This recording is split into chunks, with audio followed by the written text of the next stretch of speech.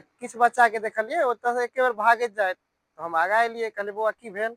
नहीं भाईजी एते दूर अन्हार रहै छै। हर हर महादेव, हम प्रभाकर मिश्रा एखन अहाँके चौक पर से आबै छलहुँ। तऽ किछु बच्चा के देखलिए ओतऽ से एके बेर भागैत जाइत, तो हम आगा एलिए, कहलिए बौआ की भेल? नहीं भाईजी एते दूर अन्हार रहै छै, ताहि दुआरे एतऽ डर होइया, ताहि दुआरे भागै छी। तऽ देखलिए ई बात तऽ सच्चाई छै ओकर।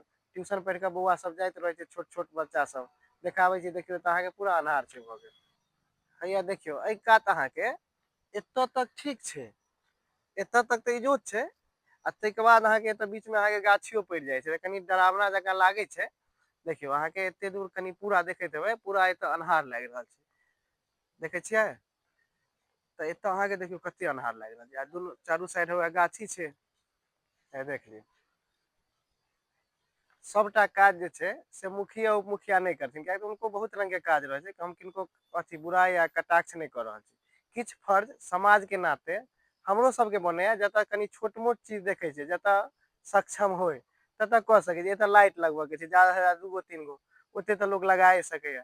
तऽ काल्हि, आइ तऽ आब नहीं हेतै, काल्हि खना हम एतऽ चाहबै जे एतऽ लाइट लागि जाय, और सब बच्चा सबके जाय आबऽ में दिक्कत न होय। आइ के तऽ अहाँ सबके नजारा देखाय देलहुं कते अन्हार लागे छै, आब काल्हि जखन लाइट लागि जेतै तखन देखायब एतऽ के नजारा कते सुंदर लगते छै। किछु छोट प्रयास हमहूँ अहाँ सब कऽ सकै छियै, समाज में रहै छियै तऽ सबटा अहाँ दोसरे पर नहीं छोड़ि कऽ चलू, किछु प्रयास हमरो अहाँके करऽ के चाही। धन्यवाद। जय मिथिला, जय मैथिली, जय बिहार।